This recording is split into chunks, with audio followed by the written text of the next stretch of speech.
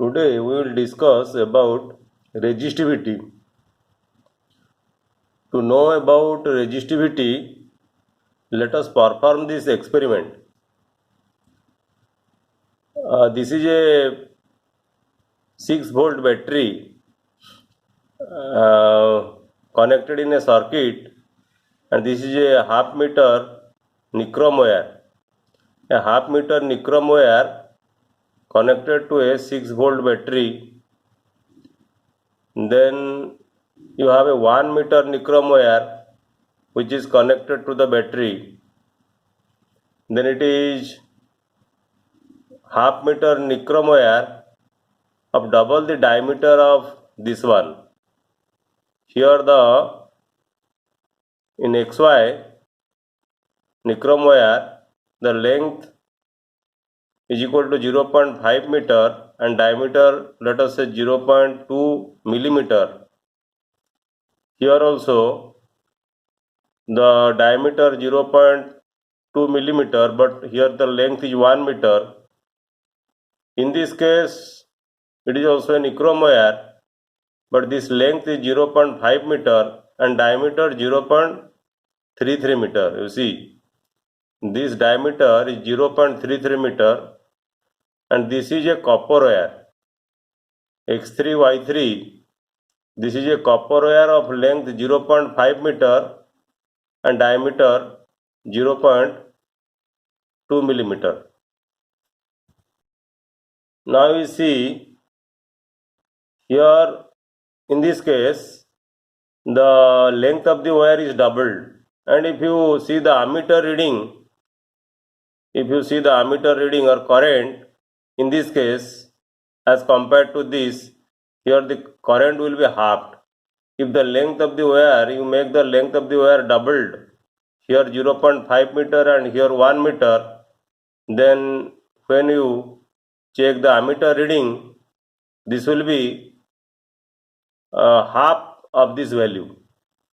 So this experiment confirms that the resistance is directly proportional to the length of the conductor.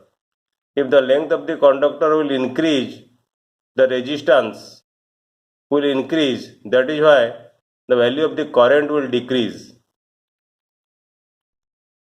Now we compare figure 1 and figure 3.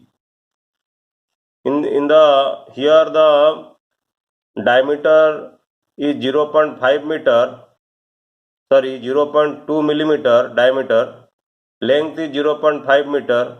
Here the length is 0.5 meter, but diameter is 0.3 millimeter. Okay, so if you increase the diameter of the wire, that means the area of cross section, then you will see that the amount of current will increase. The ammeter reading will be increased when the thicker wire of same material and same length used in the circuit. Why this will happen? Because the resistance of the conductor is inversely proportional to the area of cross section. So from figure 1 and 3, the resistance of the conductor is inversely proportional to the area of cross section. Now we compare figure 1 and figure 4. Here you have used a nichrome wire of length 0.5 meter and diameter 0.2 millimeter, and in figure 4 we have used a copper wire of length 0.5 meter and thickness 0. and diameter 0.2 millimeter. So same dimension, but the material is different. Here we have used nichrome and here you have used copper. So if you see the ammeter reading, it will also differ. The ammeter reading, the current flowing through this circuit is different from the current flowing through this circuit. So this confirms that the change in ammeter reading in the observed wire when a wire of different material of the same length and same area of cross section is used, so this confirms that the resistance also depend upon the material. Okay, that is the resistivity of the material. It is called the resistivity or the atoms and molecules of the material, or the property of the material, you may say. So if you combine these three, you will get the resistance R is equal to rho into L by A. R is equal to rho into L by A, where rho is a constant. It is a Greek letter. Rho is a constant called resistivity of the material. Okay. The SI unit of resistivity is ohm meter, because resistivity is equal to resistance into area divided by length. So the unit of resistivity will be ohm into meter. What is resistivity?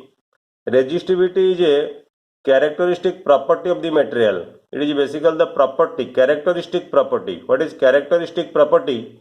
Characteristic property is a chemical or physical property that helps to identify and classify the substance. The characteristic property of a substance are always remain same whether the sample being observed is large or small.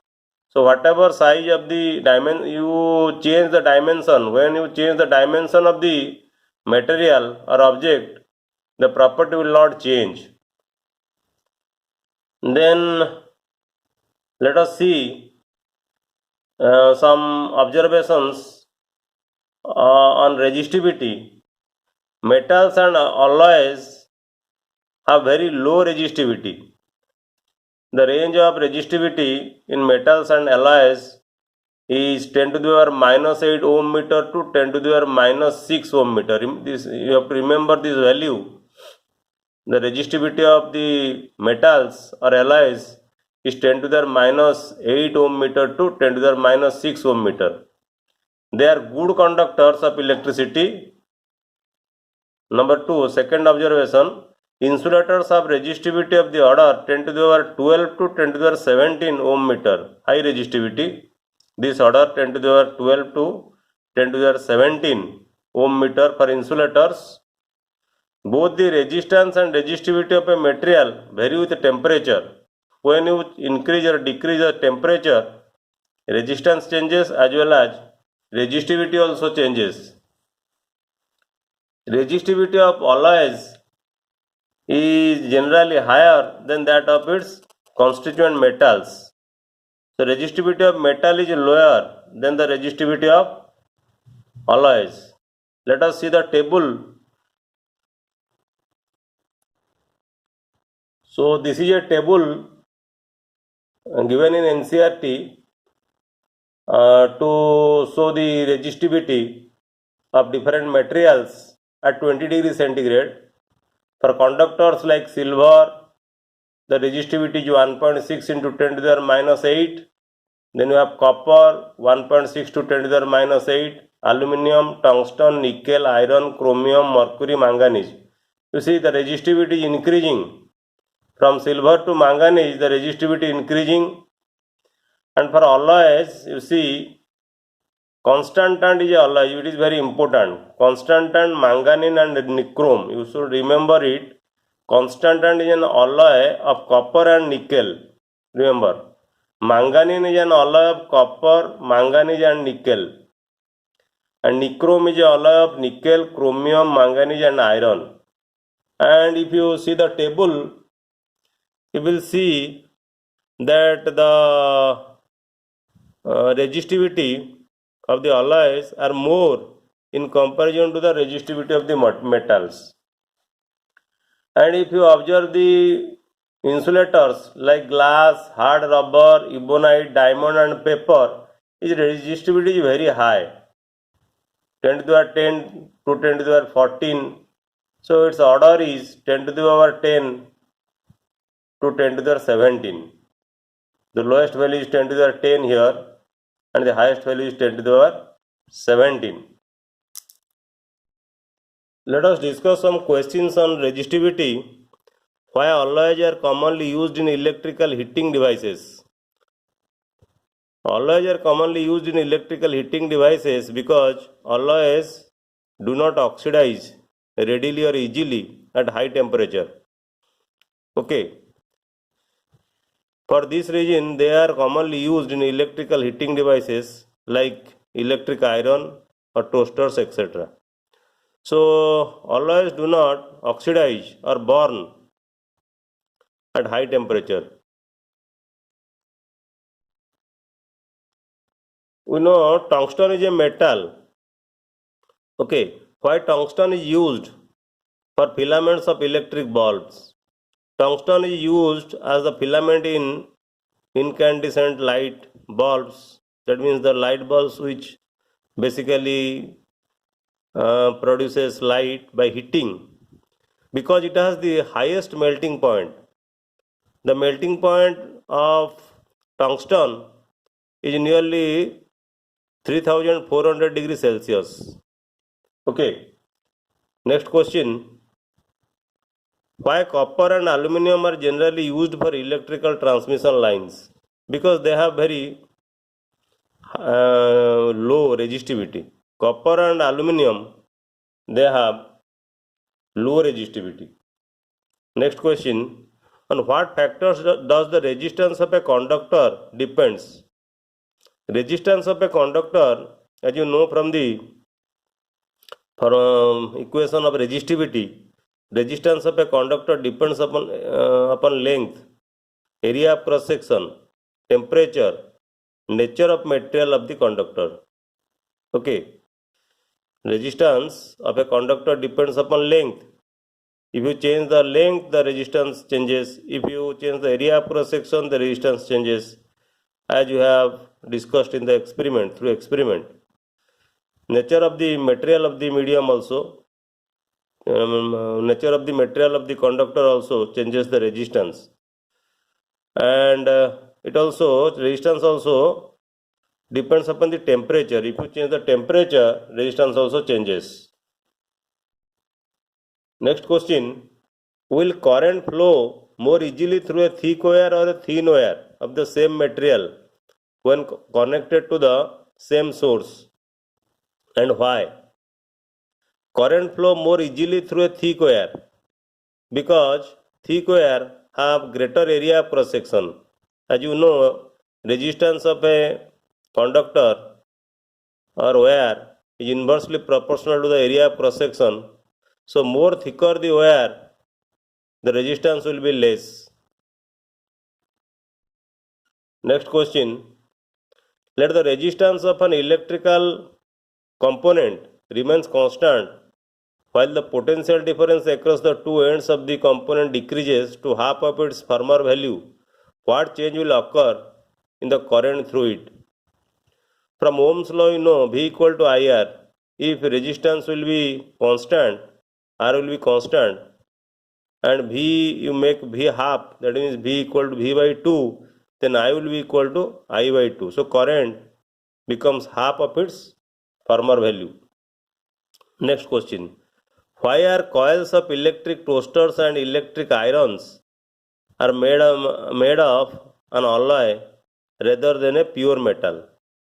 We have discussed it that alloys at a high temperature do not oxidize. Okay, that is why alloys are used in electric toasters or electric irons. Next question. Use the data in table shown to you previously to answer the following questions.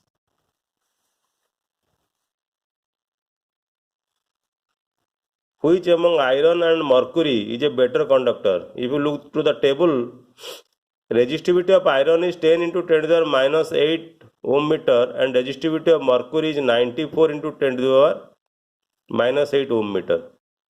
So which one will be better? Better will be iron. So iron is better conductor than mercury because resistivity of mercury is higher than that of the iron. Next question, which material is the best conductor? If you look to the table resistivity of the conductors, then among all the materials, all the conductors, you will find resistivity of silver is lowest. That is, resistivity of silver is 1.6 into 10 to the power minus 8 ohm meter. So silver is the best conductor among all other materials. So this is a small discussion about resistance and resistivity. Next we will discuss about some problems on resistance and resistivity. Thank you.